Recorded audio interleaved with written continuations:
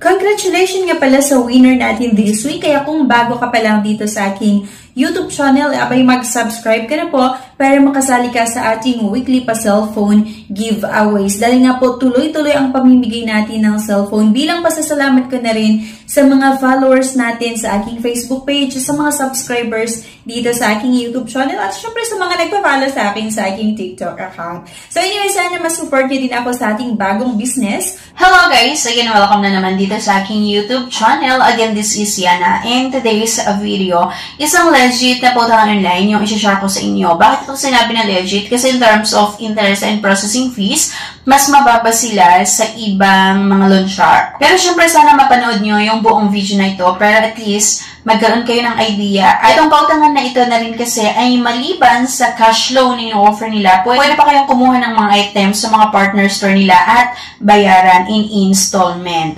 Pero bago ang lahat, magkaroon muna tayo ng simpleng patalastas.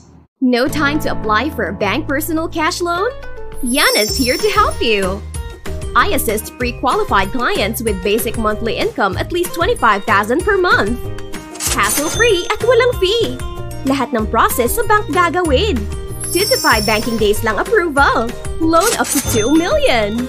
Email amawanyana@gmail.com or message my FB page, Yana Insta Review. Note, qualifications may vary subject to the bank's terms and policies. Let's get back to the topic mga beshies. Ang pag-uusapan natin ay itong si Cashalo. Siguro ang iba sa inyo ay talagang ginagamit nyo na si Cashalo or narinig nyo na dati itong si Cashalo. Pero siguro mayroon pa rin yung hindi pa nakakaalam or hindi pa gumagamit. Kapag i-open nga natin siya, makikita nyo agad-agadhan na pwede nga daw makahiram ng 1,000 hanggang 7,000 pesos. At actually, 1,000 to 7,000 lang talaga yung ino-offer ni Cashalo kapag first time nyo na manghiram. Okay? So, mayroong nakalagay dyan sa baba na kailangan nyo mag-sign up or mag-login kung mayroon na kayong dating account. Pero syempre sign up kung wala pa. So login sa akin kasi meron na akong dating account dito sa Cashalo. Ginagamit ko siya last 2021 and I think hanggang 2022.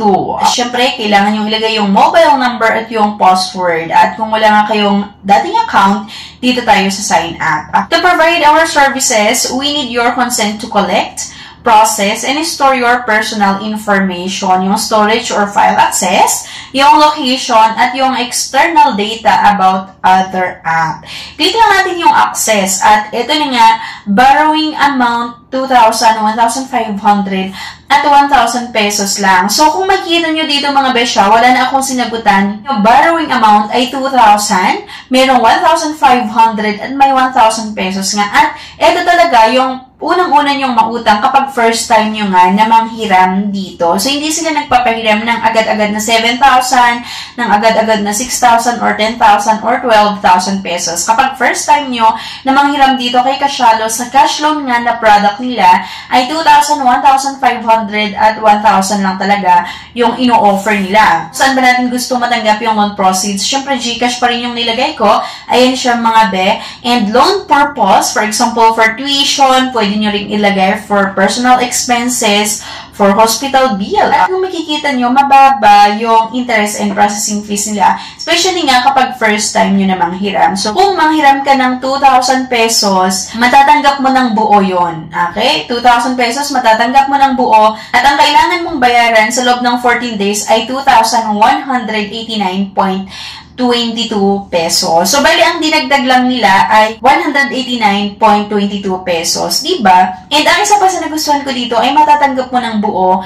yung amount talaga. 14 days, first time na manghiram. First time or second time, nag-offer sila ng 14 days. Then, kapag binayaran mo siya on or before yung due date, nag-offer sila ng hanggang 45 days na payment terms. Okay? Isa din talaga yun sa nagustuhan ko dito kay Cashalo. Kasi kapag maganda yung credit standing mo sa kanila, nag-offer sila ng higher amount or tumataas kung magkano yung pwede nating mahiram at eto na nga, nag-offer nga din sila ng hanggang 45 days na payment terms. Pero yung 45 days na yun, para lang dito sa cash loan. Yung mga kukunin nyo sa partner store nila, like yung mga gadget, home appliances, or yung mga damit, ay babayaran niya siya in installment. Kapag installment naman, meron silang ino-offer na 2 months, 3 months, 4 months, 5 months, hanggang 24 months na payment terms. Pero kasi, nung trinay ko before, way back 2020, kumuha ako ng isang home appliances.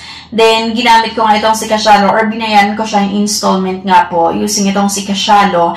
And then, medyo mataas yung interest nila. I mean, malaki yung interest doon sa ano. So, parang mas okay itong cash loan para sa akin ha. Pero syempre, nasa sa inyo naman kung ano yung gusto nyo. Pero sa akin, mas okay yung cash loan.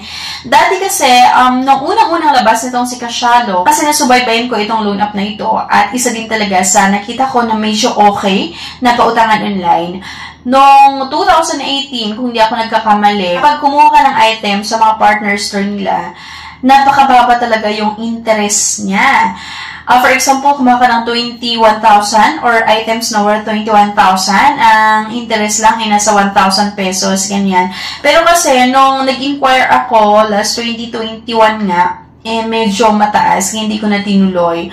Okay, so mas prefer ko talaga, or mas gusto ko na gamitin itong si Casialo, or manghiram dito kay Casialo, or mas gusto ko na manghiram sa cash loan na product ni Casialo. Okay? So, para sa mga pang-emergency na pangangailangan, pwede nyo i-consider nga itong si Casialo kasi in terms of interest and processing fees, mas hamak naman na mas mababa sila compared doon sa iba't ibang mga loan app na makikita natin sa Google Play Store or yung mga ibang loan app na ginawan ko ng aking honest review. Okay? Sana may nakuha kayo na idea sa video na ito, please don't forget to click the subscribe button. Sana i-like nyo yung video na ito at i-share nyo na rin. Thank you guys and bye-bye.